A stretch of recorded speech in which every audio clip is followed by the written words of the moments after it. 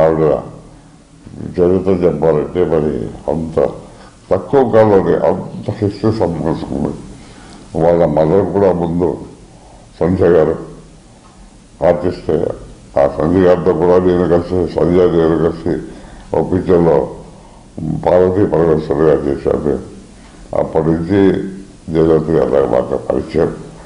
ఆవిడ cinema field అగ్నిజాలో తల్లిదండ్రులనే పనిచేశారు కాబట్టి అప్పటి సెలబ్రిటీ తెలుసు. చంద్రబాబు నుంచి కూడా చాలా బ్రిలియంట్ మనిషి, చాలా తెలియగలదు.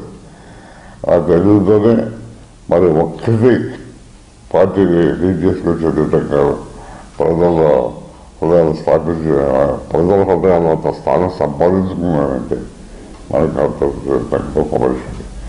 అలాంటి గొప్ప మనిషి పోవటం మరి ఆ తమిళనాడుకి, ఆ ప్రజలకి, అందరికీ తీరంలో మనంగా ఏంటంటే ఆవిడ ఆత్మహత్య వల్ల భగవంతుడు ఆయనకి ఆత్మకు శాంతి చేకూర్చాలని, తర్వాత వాళ్ళ బంధుగణానికి పేరు కూడా వాళ్ళందరికీ నా కండోలెన్సెస్ చెప్తున్నాను.